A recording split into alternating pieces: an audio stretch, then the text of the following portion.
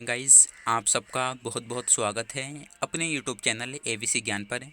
Guys, आज की video में मैं आपके लिए लेकर आया हूँ यूपी बोर्ड कक्षा 11 वार्षिक परीक्षा एनुअल एग्ज़ाम 2022 का सामान्य हिंदी का क्वेश्चन पेपर है।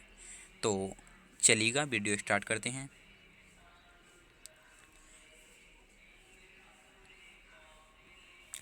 ये जो पेपर है आपका यूपी बोर्ड वार्षिक परीक्षा एनुअल एग्ज़ाम 2022 का कक्षा 11 का सामान्य हिंदी का पेपर है, जनरल हिंदी का। ठीक है।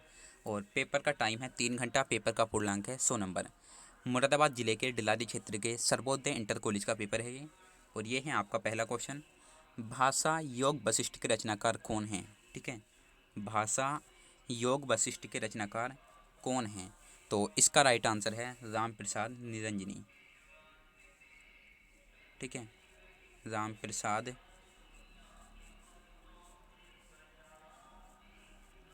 भाषा योग वशिष्ठ के लेखक राम प्रसाद निरंजनी। आगे देखते हैं आपका अगला क्वेश्चन, नागरी प्रचारणी सभा की स्थापना कब और कहाँ हुई। ठीक है। तो नागरी प्रचारणी सभा की स्थापना हुई थी हमारी 1893 तिरानवे ईस्वी में। ठीक है, 1893 ईस्वी में। और इसके संस्थापक थे श्याम सुंदर दास। ठीक है, श्याम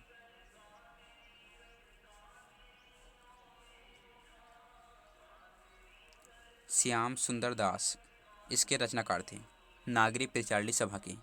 आगे देखते हैं अगला क्वेश्चन, हिंदी की प्रथम एकांकी किसे माना जाता है। तो हिंदी की प्रथम एकांकी माना जाता है एक घूंट को।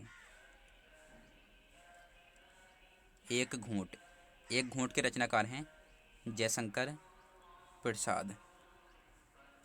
ठीक है। आगे देखते हैं, प्रेमचंद्र के दो उपन्यासों के नाम लिखिए। तो प्रेमचंद्र के कोई भी आपको दो उपन्यास लिख देने हैं, जैसे हो जाएगा आपका गबन, गैवन गबन गबन, और एक हो जाएगा आपका गोदान। ठीक है, बहुत ही ज़्यादा फेमस है दोनों। आगे हैं आपका, चैतन्य महाप्रभु के लेखक कौन हैं। चैतन्य महाप्रभु के लेखक कौन हैं। तो ये हैं हमारे अमृतलाल नागर। ठीक है,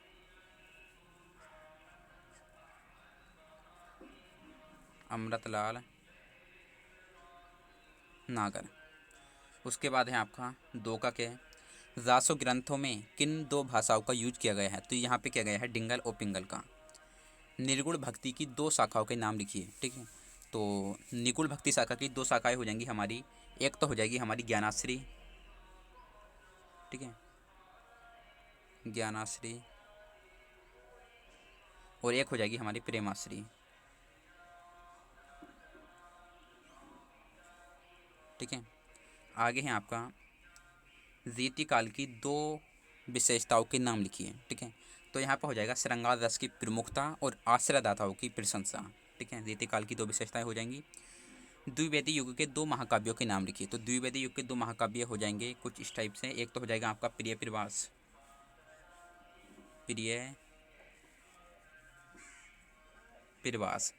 प्रिय प्रवास के लेखक हैं अयोध्या सिंह उपाध्याय हरिओद। ठीक है, प्रिय प्रवास के। और एक हो जाएगा आपका साकेत। साकेत तो बहुत ज़्यादा फेमस है, पता होगा आपको। साकेत के लेखक हैं मैथिली शरण गुप्त। ठीक है। उसके बाद है आपका छायावाद युग के किन्हीं दो कवियों के नाम लिखिए। तो छायावाद में तो आप किन्हीं के भी लिख सकते हैं, जैसे जयशंकर प्रसाद, महादेव वर्मा, सुमित्रा नंदन पंत, मुंशी प्रेमचंद्र। ठीक है।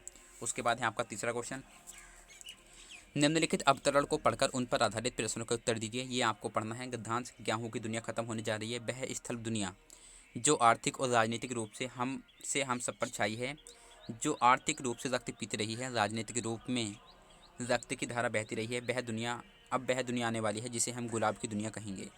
गुलाब की दुनिया मानव का संसार सांस्कृतिक जगत। आहा, कैसे वह शुभ दिन होगा जब हम स्थूल शारीरिक आवश्यकताओं की जंजीर तोड़कर सूक्ष्म मानव जगत का नया लोक बसाएंगे। ठीक है। तो ये पढ़कर आपको जो है इसके उत्तर देने हैं। नीचे आपके क्वेश्चन है ये। ठीक है।